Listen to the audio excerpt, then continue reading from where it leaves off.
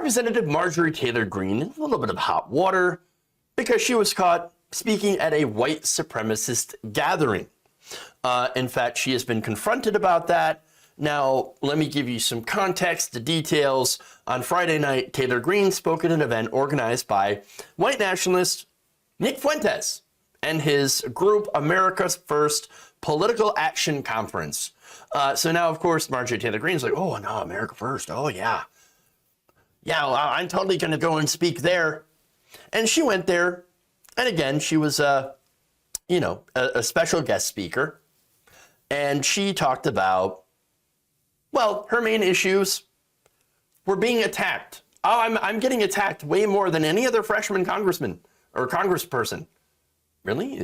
AOC? AOC was attacked quite a bit, actually. Okay, sure. You do get attacked a lot, fair. And then, of course, complaining about being censored on social media for spreading COVID disinformation. But again, she went there, but apparently she did not do any research. Allegedly. No research on who Nick Fuentes is, or who this group is, or what they represent. In fact, she was asked by reporter Robert Costa about this and was challenged. Take a look. I do not know Nick Fuentes. I've never heard him speak. I've never seen a video. I don't know what his views are, so I'm not aligned with anything that may be controversial. What I can tell you is I went to his event last night to address his very large following, because that is it's a very young following, and it's a generation I'm extremely concerned about. It's a white nationalist group. Excuse me a minute. I'll tell you exactly why I went. I went to talk to them about America First policies, and I talked to them about what's important for our country going forward. Okay. Yes. Now, we know what she talked about. Basically complaining about getting kicked off Twitter. And so apparently that's what's important for our country, being able to spread anti-vax talking points. Yes, that's what America really needs. Yes, about how the COVID-19 vaccine is very, very dangerous. Oh, yes. All right, so sure. Now, she's very concerned. Notice, she's very concerned about the young people. So that's why she went and talked to a bunch of gripers. Not young people, right? Now, I am also concerned for the group that she talked to.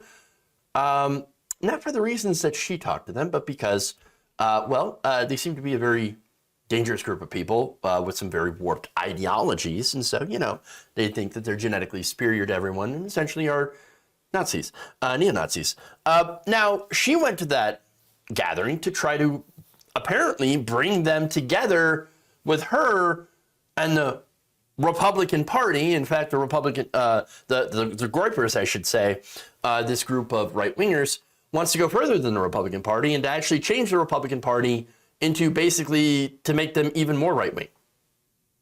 Okay, well, fascinating. Now, at that same conference, to kind of show you the stuff that Fuentes were talking about that might have disagreed with some of the stuff that Marjorie Taylor Greene says that she believes. This is them cheering on Putin.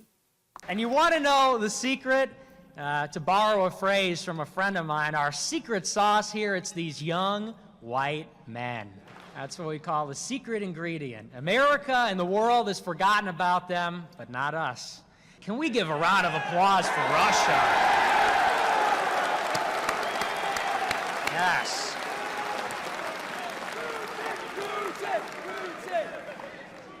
Absolutely. Oh, look, there's a Putin chant. Yes, and that's about how white men are the secret sauce. Right. Yeah. So look, Nick Fuentes is a neo-Nazi. I mean, that's really it. Now, what's funny about this, and it's, I think that it's important to point out this weirdo contradiction that there is, because Vladimir Putin said that he invaded Ukraine to try to denazify it, right? Denazify Ukraine, and yet here's a Nazi saying, go Vladimir Putin. Wait, wait, hold on here. That seems very strange. I mean, why would people who are neo-Nazis be cheering on Vladimir Putin and his invasion of Ukraine? And by the way, I'm not saying that there isn't Nazis in Ukraine. Of course, there's the Azov battalion, and it's not just them. But despite that, there's not a wide Nazi problem in the country of Ukraine. I mean, at least not one that's any bigger than what we have in the United States. In fact, Germany has a slightly bigger Nazi problem in their government than, Ukraine, and of course the United States, Russia. Also, it appears that there are Nazis. They happen to be everywhere. Yes, it's very strange.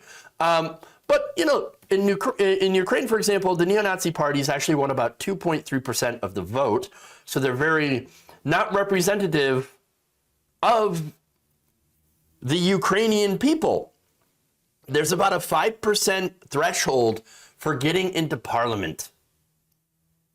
And so it kind of tells you that there is that the whole denazification thing was a pretty poor excuse for what was essentially a way to grab the country that Putin believes belongs to him. And yes, to respond, I believe it was something like 12.5% of the vote went to right-wing neo-Nazi parties in Germany, just to be clear. Once again, not representative of the German people, but at the same time, there is a little bit more of a problem, at least when it comes to percentages in government of people who believe in right-wing neo-Nazi beliefs, or at least those are that are voting for those things, than in Ukraine. So Ukraine's right wing failed massively to be a political threat. Yes, that's very, very true. And so, look, that's what you have. The whole denazification thing, bit of a problem, right? A bit of a poor excuse for what was essentially a way to try to go and take a country for themselves. Okay, so now Marjorie Taylor Greene is going to denounce the support from Russia. In fact, she said in regards to Russia, Putin is a murderer, and he should never have invaded Ukraine. What he is doing is completely wrong. I stand with our NATO member allies, and I'm completely against this war. And then after that, she decided to go back to saying this. The whole reason this is happening is because Joe Biden is a weak president. Now America is a weak country, and our entire world is falling apart, and we're seeing war erupt, which did not happen under President Trump because we had peace through strength. So this is something that we've got to really focus on, and I'm appalled at our country for putting America last this way, making us depend on China, Russia, and foreign countries for our critical supplies and our energy. Do you endorse Nick Fuentes' views? Excuse me. I don't know what his views are. I've never... He's a white nationalist. I do not endorse those views. You don't know what his views are. Why did you go then? Oh, no, well, she explained, well, I'm here to talk to the people. I'm here to talk to this group of young men that I am very, very concerned about. No, yes, very, very, very, very concerned. No, she knows exactly who these people are. Of course.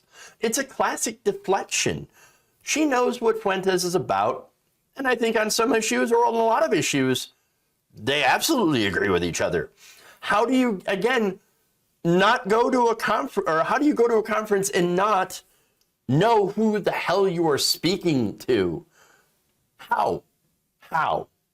No, nobody's that stupid. Nobody that is that dense. Not even Marjorie Taylor Greene. Because, again, she knows exactly who she is and who she wants to talk to and who she appeals to.